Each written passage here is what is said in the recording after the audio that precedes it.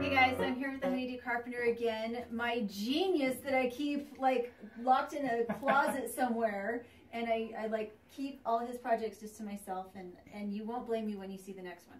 So I was looking through Pinterest. Melanie and I had been talking about pizza ovens. What else? Oh, we went and saw the Party Grill. Oh yeah. Make sure to go check it out on their channel. The Party Grill, that's the rocket stove. It's not a rocket mass stove, but it's a rocket stove that is a grill. A griddle. I'm already developing a DIY one with the Aircrete. Of course I am. It's in his head. I show him these projects and I'm like, in 5 minutes he's going to call me back and tell me that he's got it all figured out. So we were talking about these ways to cook, and what I have in my cabin is I have a rocket stove that's keeping the whole house warm. I'm letting the fire go out for 10 hours at night, and it's keeping everything warm below freezing. Because of the mass. Because of the mass, the bench, but the bench wouldn't work without the valve. So I have a very, it seems intricate until you figure it out, and then it's like, whoa, I wonder what else it can do. So what I looked at is I'm like, I don't really have a way to cook in here. And I know on a Camp Chef you can add one of those hoods that will allow you to use it as an oven, but I don't want to do it with propane. I've already got the heat coming off the rocket stove, and generally the heat stays about 350 degrees. I need to call Darwin. Right. I looked online at the different configurations, and I did it kind of based after some propane gas pizza oven types. But this will be able to bake bread or pizza or whatever you want in it. And oh my goodness, the cheapest one I found was at Sam's Club, and it was $599, like $600. They're like over $1,000 for these, with their own burner system. This one's going to be designed so that you can sit it on any flat surface or on any burner, on any camp stove, on anything. You can take it camping with you and have an oven. I think it's going to be pretty cool. It took me about a day to build it this far so far. It should, by the end... And you didn't weld it. This is no, riveted. No, this is all riveted. And I know it looks really complicated, but Melanie and I put out a teaser video on this specific thing, and I just wanted to show somebody a little DIY skill that you can do with just 2 tools. With just a pop rivet gun and these little cutters that you can buy for $6. The Aircrete that I'm going to use is just going to be a perlite mix. There will be no water glass or anything in that like that in it, so you don't have to worry about outgassing there. Put up a PDF on this. It'll have a bill of materials, meaning the materials that you'll need, the number of pop rivets, and whatnot.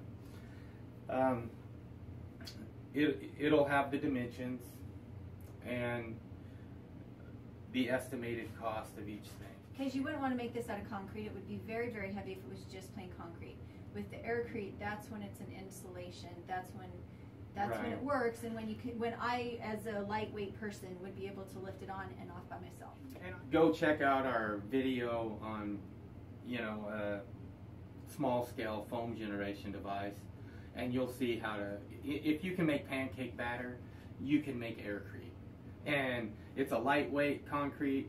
I made some blocks of it. They float in water. It's crazy. It's funny. I got really excited about it and what you can build with it. And then, like I say, I've got HVAC covered, cooking. We're going to do an outdoor heated shower and sauna system this summer. It's But it does matter what your blend is. When you're actually making your Aircrete, it actually matters what soap you use, how much perlite you put in, if you want to be able to suspend sand in it. So he also has the blends for which blend of Aircrete you want to use. For whatever you're going to use the Aircrete for. Because if you're doing something like a refractory mix, you got to use water glass too. So go check it out, because I feel like the queen bee, because I get to be the experiment.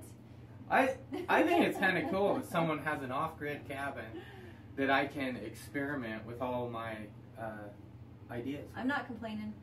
And so it is a big experiment. We are just playing with it at this point, but you would not believe how much more comfortable my cabin is getting. The further along in the projects we get, the more cute the cabin gets, the nicer it is to stay in. And once I can bake bread in that cabin, I'm going to feel like it's the Taj Mahal. Awesome. Okay, so go check out the Honeydew Carpenter. They have an Etsy store. I will put both in the link in the description. I'll have them up in the cards. However you get there, make sure you get there. Facebook, Instagram, Pinterest, What else? Am I missing something? Nope, that's and it. YouTube. Yeah, YouTube. Okay, so go support him. The more we support him by watching and sharing, and if you want to make a foam mate, getting it from him, the more projects they can make.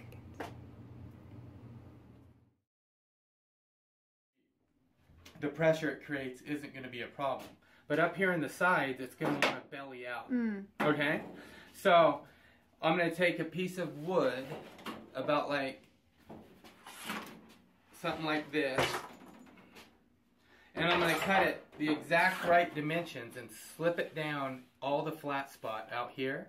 And then I'm going to cover all the flat spot out here with another piece of wood and either put a rope around it. Just hold it in place. It doesn't matter. So when I pour the Aircrete, these sides stay perfectly flat.